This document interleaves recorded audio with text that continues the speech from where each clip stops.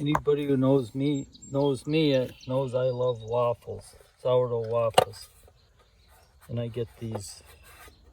I used to have a cast iron waffle iron, and it worked okay. I used that for 20 or 30 years, maybe 20 years, long time. I sold it at the Amish store for $200 because they drip all over, make a big mess of your stove, gas stove. Anyway, this is an electric one. I started using these. These are about 20 bucks or $25 from Target, Oster brand, and they've changed the design over the years. And I oil them, see, nothing will stick on there. This one quit working. They only last about 2 or 3 years, seems like. So this one quit. So instead of getting another one of these, never did figure out yet why that one quit working. But I got this one. This big giant one. I'm gonna pull it out of the box and we'll see what's in there.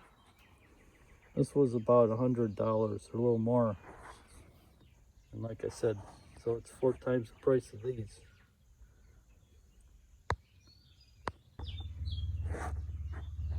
Here it is. Look at this thing. That's pretty big compared to the other one. Now I gotta try to find a way to fit this thing on my counter. Look at the size of it.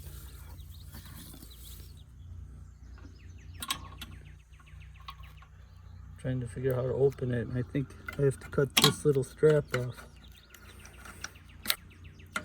I'm trying to cut the strap so I can reuse it, even though I don't need to. Yeah, now I won't reuse it. Look at that, it comes pre-seasoned with styrofoam. Check that out. What do you think? Let's see. Because I got this model because they call it Belgian waffle. Belgian because it's got, you know, these big deep grooves in there compared to some waffle irons got a bunch of smaller, shallower ones. This was the only model I could find with the Belgian style. Flips over. I guess it's sort of locked so it can't open up that way. This way it opens. It's got this on off button. It's got temperature selection from 125 to 572. I never checked the temperature on this one. This one did have something of a temperature control. Well, the knob fell off, but when I was working on it. But waffle size looks about the same, huh? Although this one's deeper. And this one took, let's see, this one says it's rated for, what does it say? I can't read that, can you? It says 1080 watts. So about 1,000 watts. Let's see what this one says. It should say on the back here. I think it's supposed to be more than that. It says it's rated for 1,300 watts. So a little more. This one had a little short, tiny cord. This one's got a big, long cord. Feels like good rubber too. Let's see what gauge they used. It says 16 gauge, which is what most appliances always seem to have, but it's got a really long cord. And it's got this. It was this one whenever I would oil it, and then it would run down and drip all over the counter, and it had big oil puddles. Look at this one here, it has a little tray with it. Catch all the drippings. Stainless steel. We'll see. Hopefully this thing lasts for more than 2 years. And cool. What's this? It's got a ground lug on it, I guess, if you want to ground the case. You'd think it would be internally grounded for a safety ground. I'll have to put the meter on there and see if this ground is grounded to this like it should be. I don't know why they have a separate ground lug on it. Who knows? So, cool, huh? I'm gonna have to decontaminate it, wash it off, wash all the, let's see, how does this work?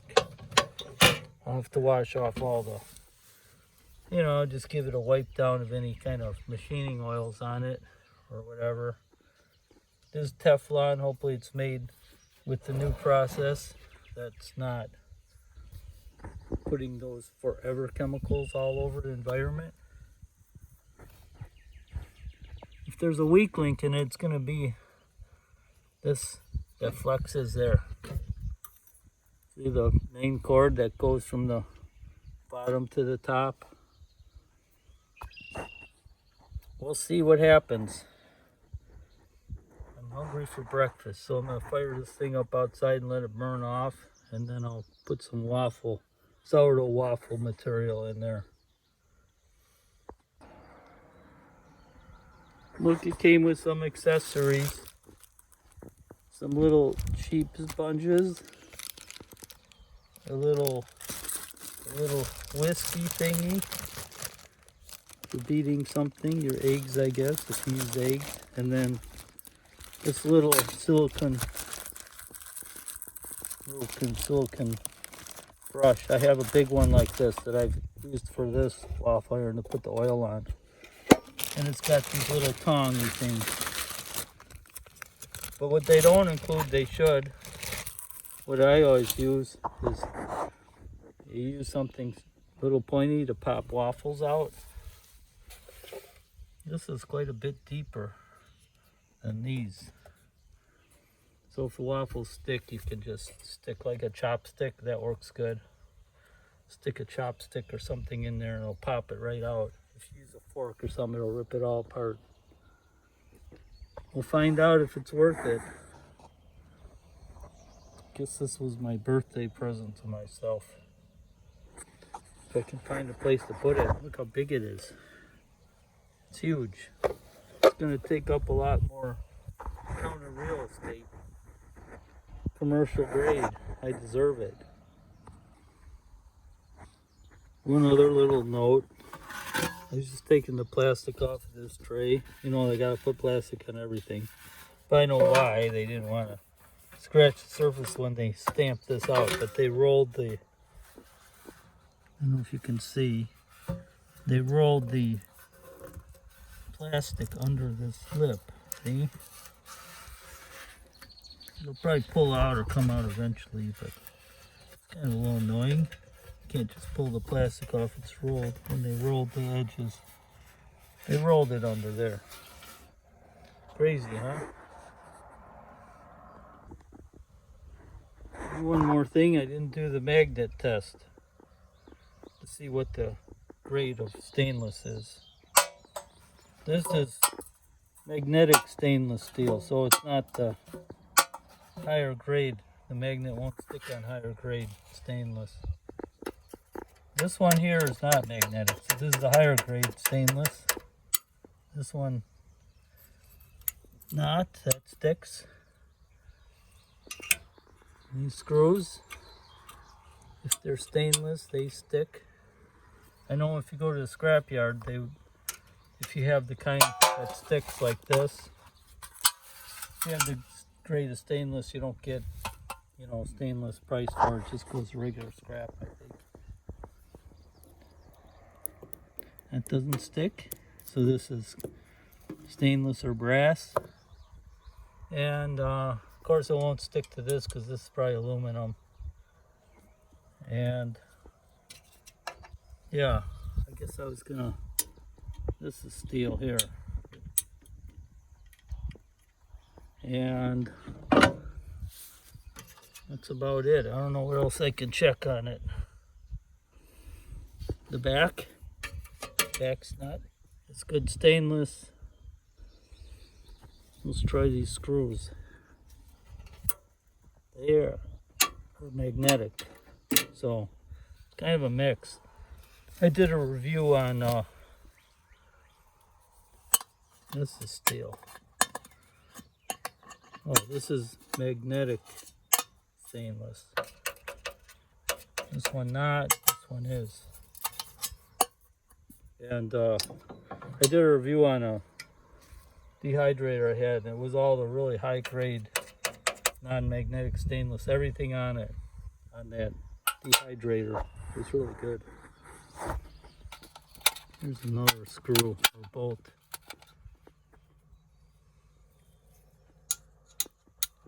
That one's just barely, that's barely magnetic, not much.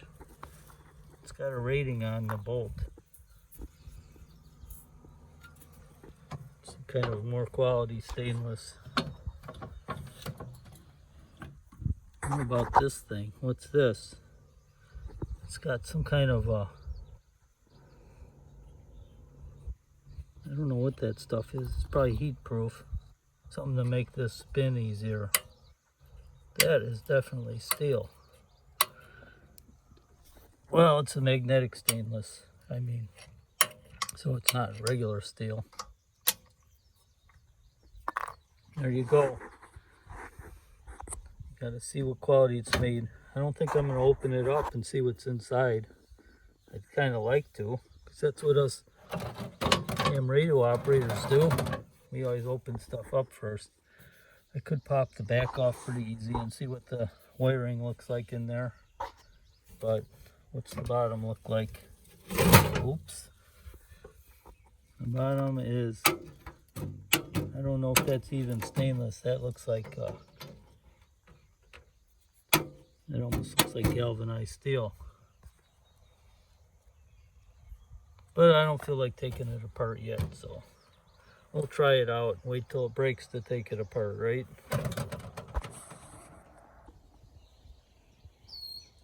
In the interest of science, I opened it up and look at it. It's one of these I get one out of the sun.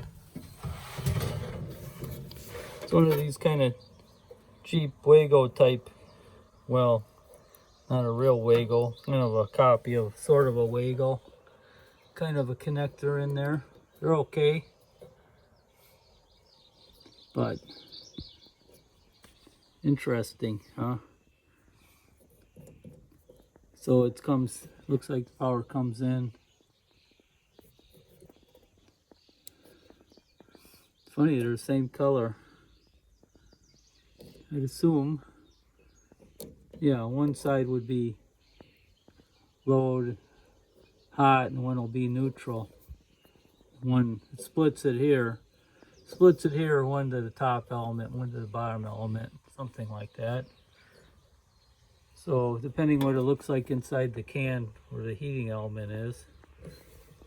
And here's a little, I guess this is a ground wire. No, this is a temperature sensing wire probably. It goes through to something.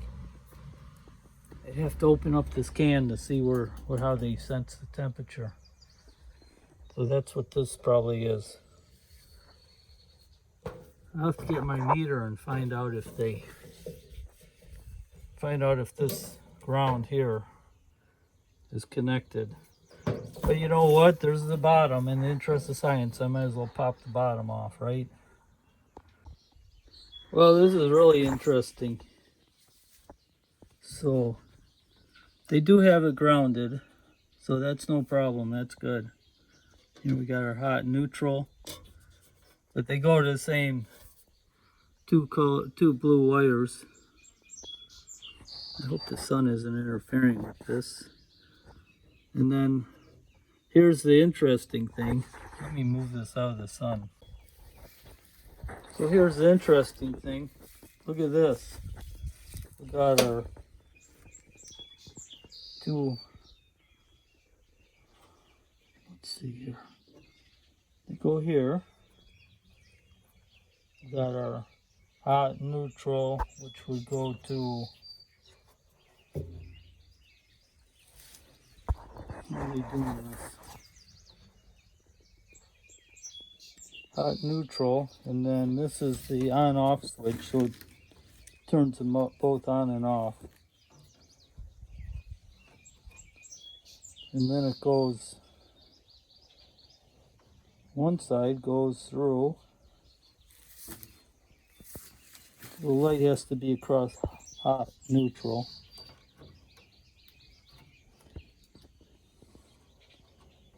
Neutral, too bad I didn't use different colored wires. This goes to one side, and this goes to,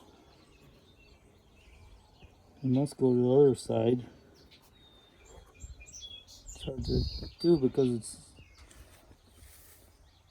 not the same color. But anyway, here's the interesting thing, and it goes switching through this thermostat. Here's the thermostat, see? So there's a thermostat. It's got this timer. It's got this timer on it. See, you can hear it clicking. It's a mechanical timer. Look at this. The timer is not hooked up to anything. It's just, there's no connection. So the timer, to be effective, would have to be between here and here, you know, so it'd be in series, but it's useless. It's not hooked up. So it's just a bell, basically.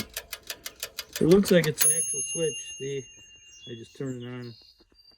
It's just a bell, so it's not hooked up electrically. So the timer will not turn this thing on and off, which I could modify if I wanted to. Crazy, huh? It's a good thing I looked in here, in case I wanted to know why the timer didn't turn the thing on and off. You would take like, I'm gonna put some white and black tape on so I don't get confused on the wiring. But let's see if we got coming in. Let me follow one of these. Come in, so one side goes to here,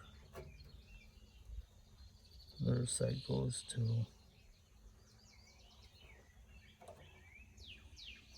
should go straight through up to the, you should only be switching like the hot here. You should only be switching the hot. And then anyway, to hook the timer up, you would have put a jumper between here and then back to your load. Something like that. Crazy, huh? You got a switch in there that's not hooked up. Anyway, this is definitely galvanized steel.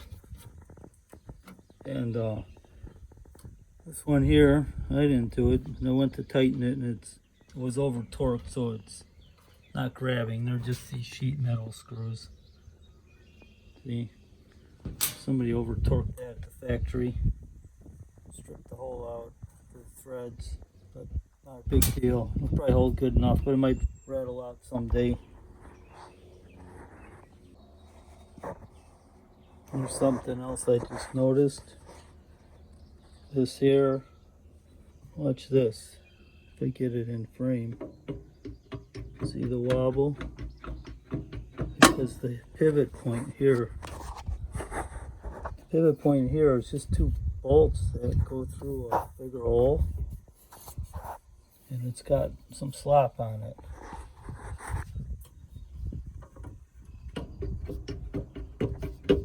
Can you see that wobbling around?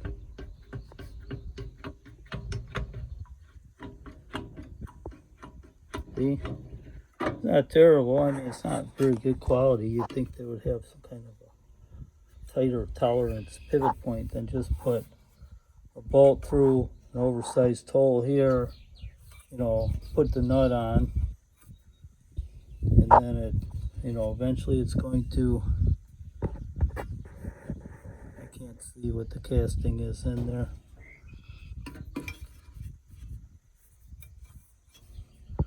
Anyway, eventually I might slop that out a little bit. Probably work for a long time the way it is. It ain't the greatest piece of precision engineering, you know.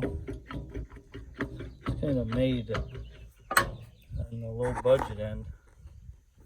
So you got some good grade steel, you got some weird, I mean, you got the timer not even hooked up electrically. It's basically just a bell. Isn't that crazy? It's got a nice rubber booted on-off switch. Huh. We'll see.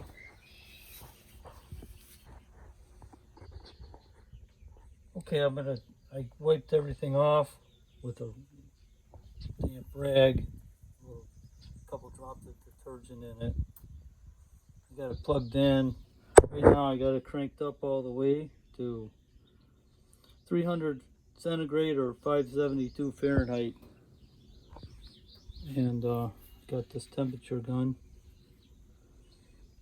which is hard to see with the camera. I'm gonna have to just read them to you, what they say. So the top here says 94 Fahrenheit or 35 centigrade.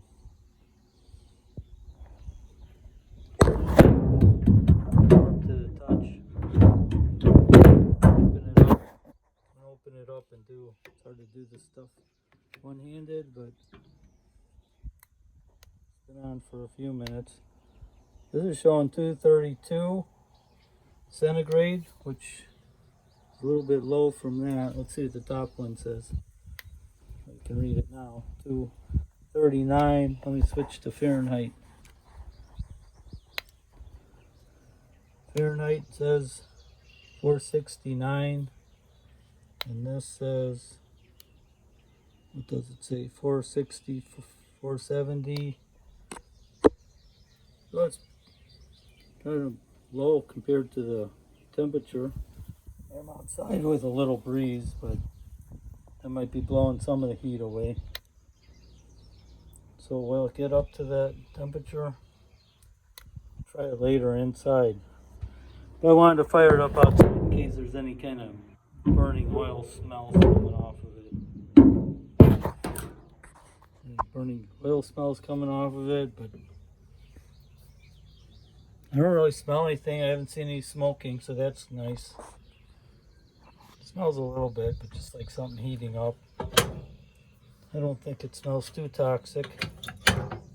It does have this positive indent when you get to the end.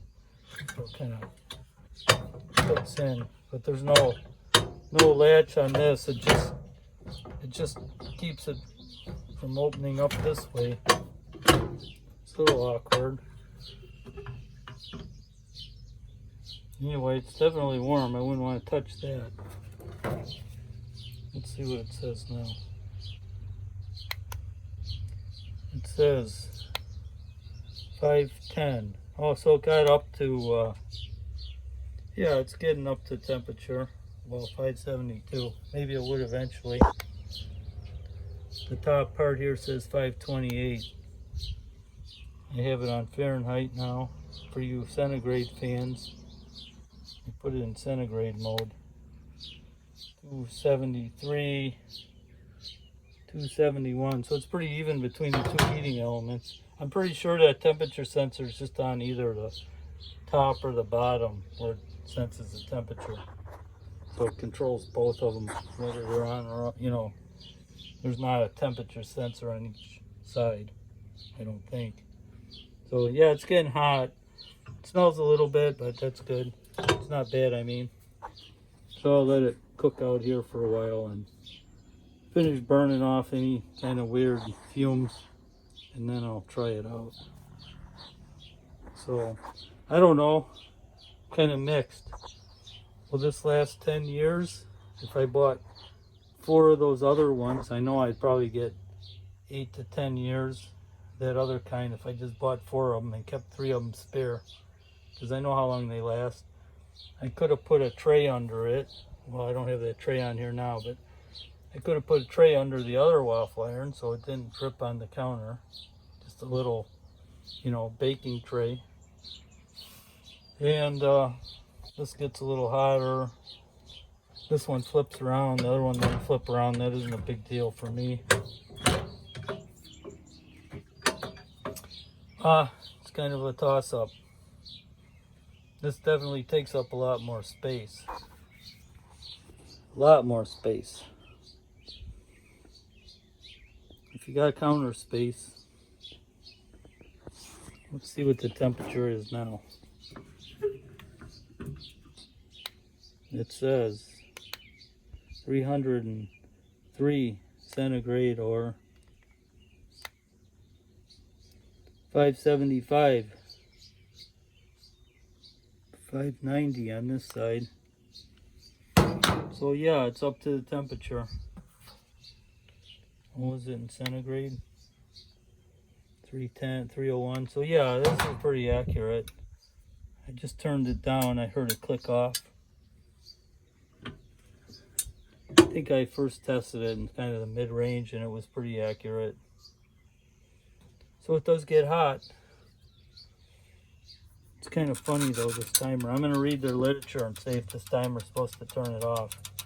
Because it won't. Because there's no wires on it. Just a bell.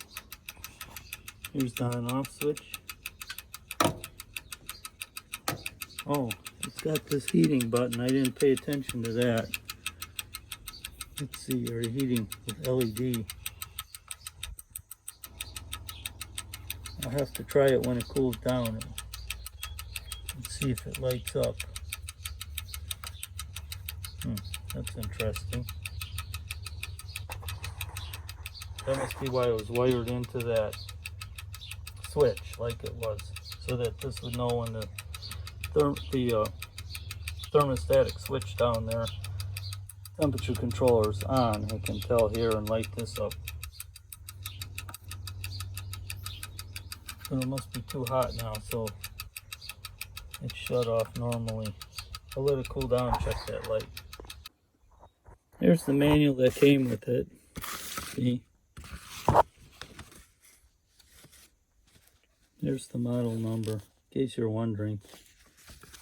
Here's the page that says, put it on a clean level surface, put it to the lowest temperature setting, plug it in, recommended at 400 degrees Fahrenheit, 200 degrees centigrade.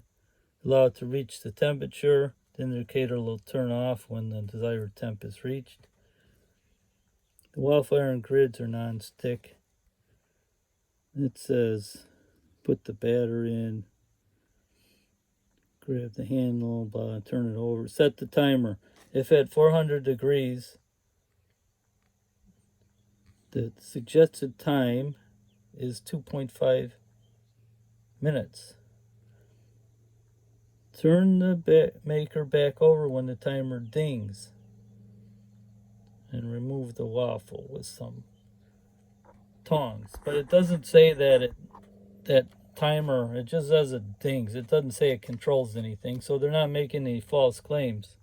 It's funny they put in a actual switch, a mechanical switch. I think I didn't put my meter on it, my own meter, and check to see if it's a real switch. I'm guessing it is. It looks like one. So they're just using it as a audio indicator when to turn the thing over, I guess, or guess when it's done. For the first time, it's recommended to use waffle mix. Well, what about every other time? Do you use waffle mix those times? And cleaning after use, turn it down, unplug it, and wait to cool down. Use a soft brush to clean it up. Doesn't really say much. Don't use hard objects on the thing, or otherwise, it might scratch the non-stick surface. But all it says. There's something on the other side here. Just a bunch of safety warnings. Saw something here where it said, before using it for the first time, take off the plastic, clean it off. First time it might smell a little bit, which is why I did it outside. It didn't smell too bad or smoke like other things I've plugged in the past. Just all safety warnings there. See? 2 or 3 pages. It didn't say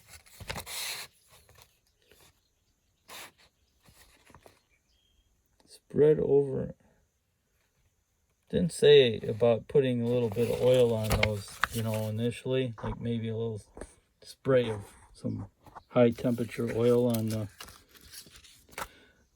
waffle part, but I usually do for my sticky waffles I make. You can see on the old one, but anyway, we'll give it a try and see what it does. Bonus video. Here's what the inside heating element looks like. See? So I'm guessing the temperature sensor's in the bottom part, and I'm not going to take that apart. Here's the top. This is like this is insulated. Some insulation on there, heat-proof insulation. I forgot to mention before, there's heat-proof wire all the way along. When I showed before, that's heat-proof wire. If you ever wanted to open this up, the way you do it is you don't take this thing off. You take this top off. You take this off, and then you get access to this through the top. This has a hex head in the top, and that screws down into here. So take the top screw off, this one, put down the hex, unscrew this, otherwise you'll never get it apart. And I had to learn by trial and error, but we know now what's in there. Don't try that at home. Okay, so I'm christening this with some of my whole grain. It's about maybe 2/3 wheat, 1/3 rye. I have cut up apples in there. I put in some kasha, which is roasted buckwheat groats. You can see the little brown things there. Put in a little bit of olive oil, and I put in a little bit of maple syrup and raisins and dates. So this is my standard fare for breakfast. And this does seem to hold a lot more than the other one. And I'm going to crank up the heat. It's not hot. I didn't preheat it. It was only about 200 degrees, but we'll see what it does. I'm going to turn it all the way up. Look, I already got some stuff on there. Break it in there. Yeah, we'll see how it turns out.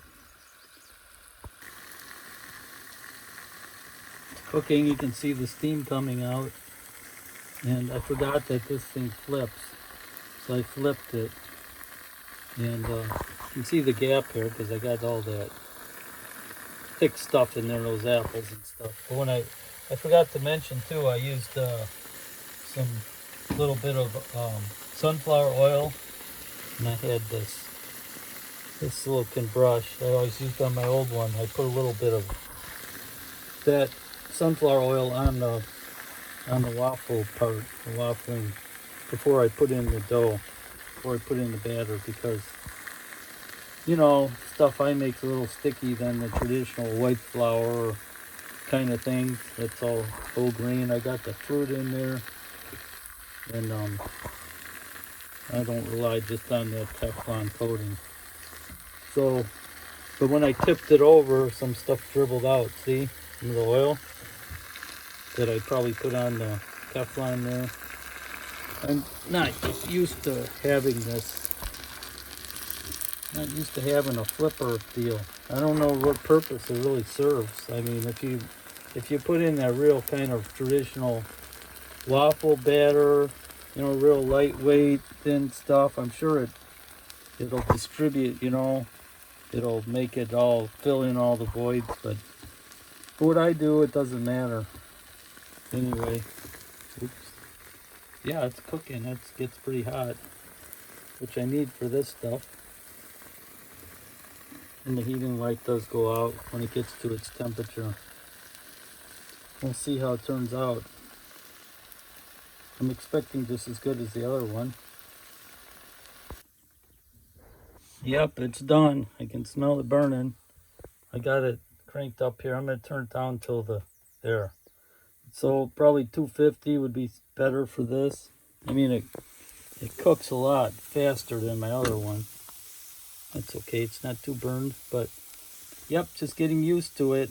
This thing has got a lot more heating capacity than my old little one. So I might even turn it down like even more than that. But you can see that heating light works as you turn it up and down. Timer, of course, is useless because it's just a dinger. I guess if I got to know how long these usually take, I could set the timer just to remind me. But I'm gonna try that out. Comes right out. Anyway, it works. So what's my overall impression of it, just from trying it once and from taking it apart? My overall impression is, if you don't have the counter space, this thing's big. If you don't have a counter space or a place to store it, get the little one.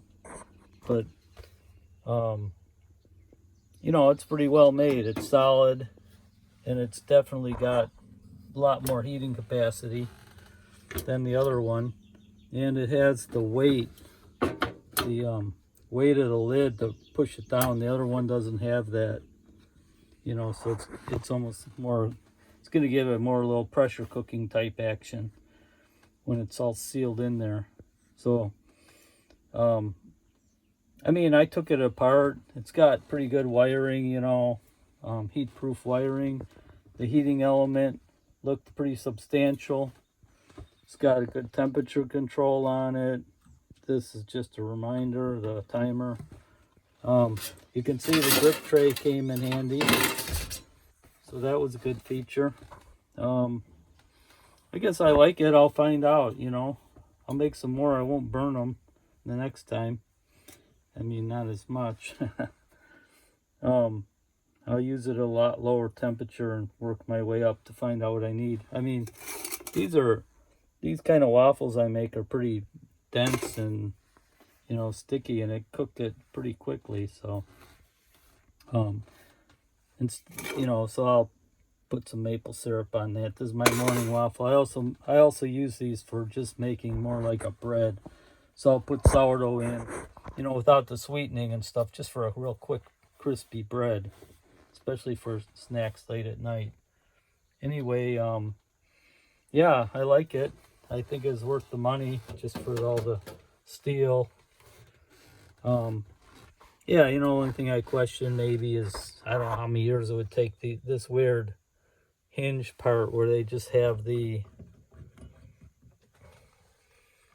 you know, they just have the bolts going through. It's probably okay. That's not going to break for a long time. Wow, that thing is hot. I wouldn't have needed, I don't even know if I use that tip over feature because it just dribbles out and makes a mess. I just use it right like this, like I did the other one. We'll see. I'll give it some time and we'll see how it works out.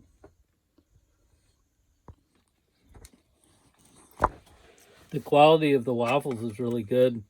I mean, I know it's a little burnt, but still okay. But there's more, compared to the other one, there's more surface area. These go a lot deeper. In the middle is thinner, so it gets a lot crispier. It's probably why it cooks so fast compared to what I was thinking. That and it gets a lot hotter. So, yeah, this is pretty darn good. I like it so far. You know, this is the Belgian type. It's got these deep pockets in here. That's what I wanted compared to the other type. So I'd say get one. It cost me about $110, I think, with all the taxes and everything. Shopping around, I got this on the Vevor site directly, and they have other models that cost a lot more. They call this professional. So here's the Vevor site. See, they got this other one model, $65, and it's probably similar. It's probably not as well made, you know, but you can see that the texture. The texture is a shallower one. It's more like you know, that's not what they call Belgian waffle. And they got these other kinds they call bubble. They got little round things instead of the tapers in them. Bubble waffle makers. I never had one of those types. And they got some other ones that have this, 4 smaller ones. This is the one I bought here. This is the one I just reviewed. You can see, let's see if I hover on it. It's got, let's click it and see. Yeah, you can see it's got the deeper, like I showed, it's got these deeper pockets on it. So, what else do they have? I think they got some really expensive ones in somewhere. Thought I saw some that were like $600 or something, commercial ones. Maybe that was some other site. Yeah, I'm not seeing it here. Anyway, I bought it on Vevor because they gave me some discount code or something. I can't remember. I saved about $10 getting it from then getting it from Amazon, but then, you know, buying it from their site, the US, their Vevor US site.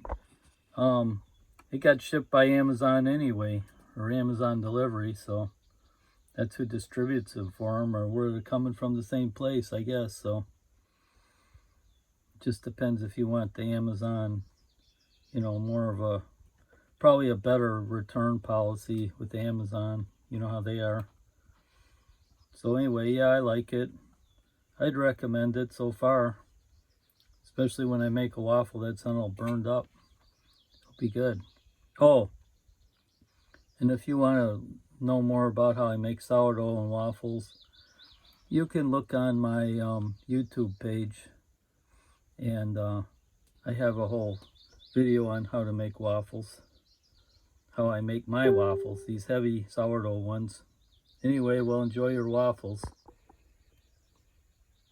Just so everyone knows, I can make a waffle without burning it. That's not burnt, that's done. Anyway, I put it on lower heat, came out perfect, same great quality. I really like it, the way it cooks. And this thing holds. On my other waffle iron with this heavy dough and the fruit, I would have had to make 2, and this makes it all in 1. It does an excellent job, so pretty good for that. I like it.